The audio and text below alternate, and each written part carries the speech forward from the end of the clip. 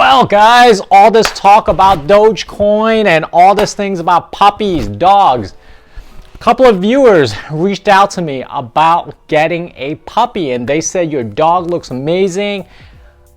They're trying to figure out whether or not they are going to get a dog. And I said, you know what? There's a bunch of factors that you have to consider before you get a puppy. Well, it looks like someone's photobombing me. Raising a puppy is a lot of work. When they grow up, you'll see them being well-trained, well-behaved most of the time. Hey, Mark, got a treat for you. Incoming. Ready? Go. Good catch.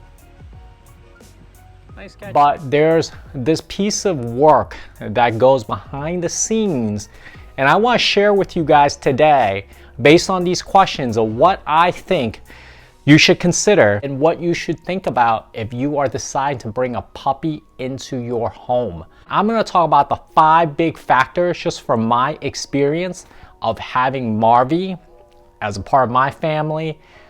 And I'll tell you honestly that going back to 2019 when I first adopted her, I was not looking to get another dog. Just a quick background history. I had a dog that was a retriever mix for about 17 years as a kid. That dog grew up with me, became a big part of the family, and I was heartbroken when the dog passed. And I just did not want to have that heartbreak again. So for 15 years, I did not have a dog, and in between there, I was living all over. It just did not make sense for me to have a puppy at that time. But 2019 came around, I saw a beautiful picture of this white dog that was just breathtaking, and I had to meet her. And the funny thing was, someone that was working at the county shelter brokered a meeting. I met Marvy the first time, and I knew that she was going to be my dog. So without this long history, I just want to give you 5 things that you should consider if you are looking to adopt a puppy. I think it's a great thing to help and adopt, but you also have to understand that there's a lot of work, as I said before, that goes into adopting, raising, caring for this incredible soul that will become part of your family. I put together this list of 5 things, and I hope that you will find it useful.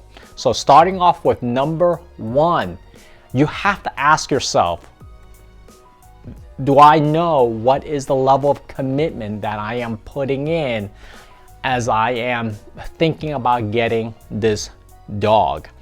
Now, the big things that you have to consider is whether or not you have the finances. A lot of people think about, oh, I never considered that going to a vet would cost me $150, $200. As an example, when Marvy goes to the vet, every year her annual is about $200. Now I have doggy insurance for her, and that's about $35 a month. Her annual is another $200. There's probably something that's going to be offset this year, since this is the first year we're getting doggy insurance. But you also have to consider her food as well. Marvy likes to eat well, and I'm gonna get into a little bit about that too, but you also have to consider dog food, treats, and other things such as boarding. So when I am traveling, or if I'm actually going somewhere, Marvy goes to doggy daycare. But I'm very fortunate that Marvy's doggy daycare is right across the street. It's only a quick 5-minute walk, so the people there love her and she loves going there, so it's a great thing. But there are times where dogs hate going to be any type of boarding situation. They'll come back, they'll pee everywhere, they are angry, they'll hold grudges. I have friends who have dogs like that.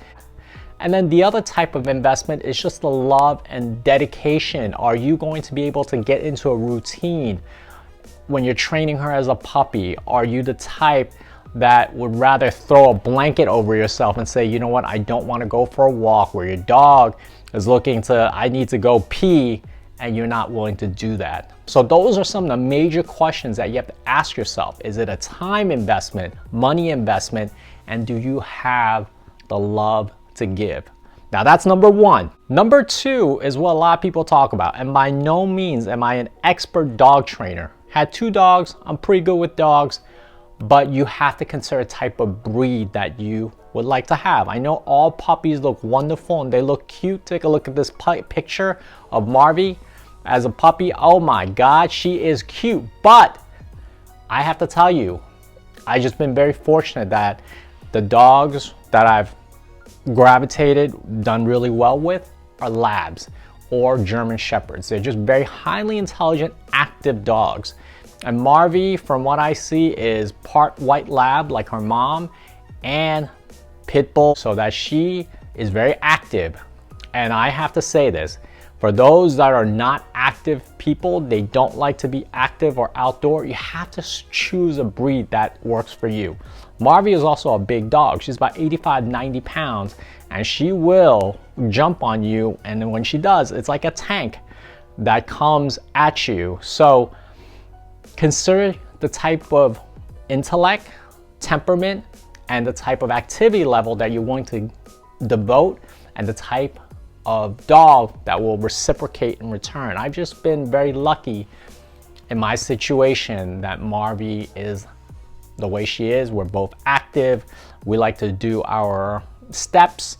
We like to be active, and I like to train her. She likes to be trained. She likes to do fetches, all kinds of stuff. So just make sure that you find the breed that works well for you. Now, number 3, a routine. It is so important to have this routine with a dog, because puppies and dogs, from what I have seen, have read, done my research, they love routines. So if you are not one that likes routines, a dog may be not the best choice for you. But if you want a dog that's going to operate almost like a German clock, and Marvy does, have a routine. And I'll tell you what our routine was. Ever since she came home, when I was housebreaking her, she had to go about every 3 or 4 hours. I would keep her in a crate. I would let her play a little outside, and then I would always take her out to pee, and I would reward her positive reinforcement whenever she went to the bathroom outdoors. Of course, when she first came, the first day, she peed on a rug, and I thought because the rug had a little earthly tone to it, she thought it was the bathroom. But it was important for her to have this routine. She was always up by about 6:30 in the morning. We'll always go for our walk. She would do her business, would come back. She would have her first meal as a puppy. She would get fed 3 times. She would get lunch, and then she would get dinner. She would play in the middle. She would sit in her crate. She would get training. And then at the same time, she would also get 3 workouts at that time as a puppy, would run outside, do fetches, chase, all kinds of stuff. But it was a part of her routine so that she knew what was going on. Fast forward 2 years later, now she's an adult dog, and her routine has not changed. She still gets up at 6:30 in the morning. We do about 3 miles in the morning. We do fetch, squirrel chasing, all kinds of stuff outdoors. Then she comes back, has her meal. She rests, I work. Afternoon, we go outside. She sits by the lake, hangs out, watches the birds, the ducks for 20 minutes while I'm doing some additional work, eat my lunch. Then I come back, she naps, I work, go for my appointments or do other things. But at 6 p.m., she knows exactly that's playtime. She will come get me. We will go outside for an hour. We will run. We will do our stuff. She will go chase squirrels, socialize. And then 7:30 is dinner, a little playtime, relax. And she loves playing tug. And then by 9 p.m., she knows it's her last walk and it is bedtime. That routine has never failed me. And that is what she also sticks to. And one other thing about having a dog, that if you feed the dog at a good time and it stick to it, they will also go to the bathroom at the same time. And it's really important. If you have tasks that you need to be out, so say for instance, if I'm showing clients certain things and I'm out, I can predict when she can hold it to her bathroom. And so it's really good. Stick to a routine. Now let's go to number 4. That is constant stimulation. Dogs need to be stimulated mentally, and they need some sort of training regimen. So Marvy does her tricks. She knows how to play fetch. She has a lot of energy. When she is not out and about, she will get a little restless. And I think a lot of dogs have that. And a lot of dog owners that I know from dog parks and other places, they complain about their dogs chewing, destroying things. And I think these bad behavior, this is again from me, who have trained 2 dogs, but have had very positive results, is that they have a lot of pent-up energy that they don't know what to do with. They are mentally bored. If they're mentally bored, they're gonna look for bad things to do. So in this case, I give Marvy a little tricks to do. I try to stimulate her with exercise. We play tug so that she is tired. And someone said to me very early on, a tired puppy is a good, well-behaved puppy. And I still believe that. They are just knocked out and they will not get into any bad business. I have to say, Marvy probably tore up a couple of blankets as a puppy. She has probably torn up a couple of my socks, but never furniture or anything like that. And one of the things I've always taught her is no furniture. She has her own bed. She doesn't sleep on beds. She doesn't get on furniture. She knows exactly where she can plant herself, what are okay spots that she's allowed to do. We have different beds all over the home for her to sit and just chill. So she knows the rules and she is stimulated. So make sure you do that. There's plenty of things that you can do. One of her favorites is I put peanut butter in a bone, and she kind of does that. So I hope that helps you think of really good things to stimulate your puppy while you're gone so that they do not get into bad things. And the number 5 for me, which I have talked about a little bit in the earlier part of the video, is about exercise. I think, as that saying goes, a tired puppy, a tired dog is a well-behaving dog. It is so true. Marvy gets a lot of exercise. She does about anywhere from 7 to 10 miles on average a day, just from all the sprinting, running, fetching, all the things that she does. And I have to say that there's no bad behavior because she's just so darn tired. She's just gonna collapse and she's conked out in the afternoon. If I'm on conference calls, working, she will be lights out for 2 or 3 hours.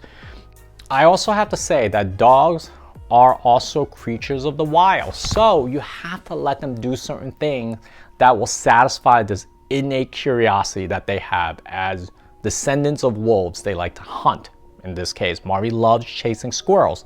So I give her an opportunity in the morning and evening where we go through sort of a wildlife area, I call it that, and she will look at squirrels, she'll hunt squirrels, she'll look for things so that she gets her energy out. So she's able to chase them, she's able to kind of look through and forage, as I call it, look for different things so that she can be in nature. And I think a lot of dogs need that, especially dogs that may be in the city. They're city dogs, it's entirely different, but hey, I got a country girl here, so she loves just being out and about. And most importantly as well, try to feed your dog good stuff. So I can do a separate video later on about what I feed her, but Marvy generally eats fresh chicken, 90% lean, no hormone ground beef that I mix with brown rice and also with her food. And at the same time, treat them well. This is a soul that will give you unconditional love. So I try to treat her well, give her the best food I can. And you know, some call her Chef Marvy because she loves mussels and other things that are very unique, with things such as Dungeness crab. Oh my God, never thought about a dog that likes Dungeness crab. But she loves all these things. So I give her a chance to explore and try these different flavors. But if you guys are interested in learning or want to see more videos about Marvy, what I do with her from a training perspective, and this all goes into about how we invest, and it's an investment into another soul, into love, into our family. So I really hope this video has helped you in terms of making some decisions and understanding what you need to sacrifice or to put up with if you are looking for a puppy or dog to adopt. And I think if you are making that decision, kudos to you. It is a really good decision. But just know that there are other things that you have to consider before you make this investment. Well, I hope you have a great day. Happy hustling towards your dreams, and I'll see you very soon. And until the next time, take care.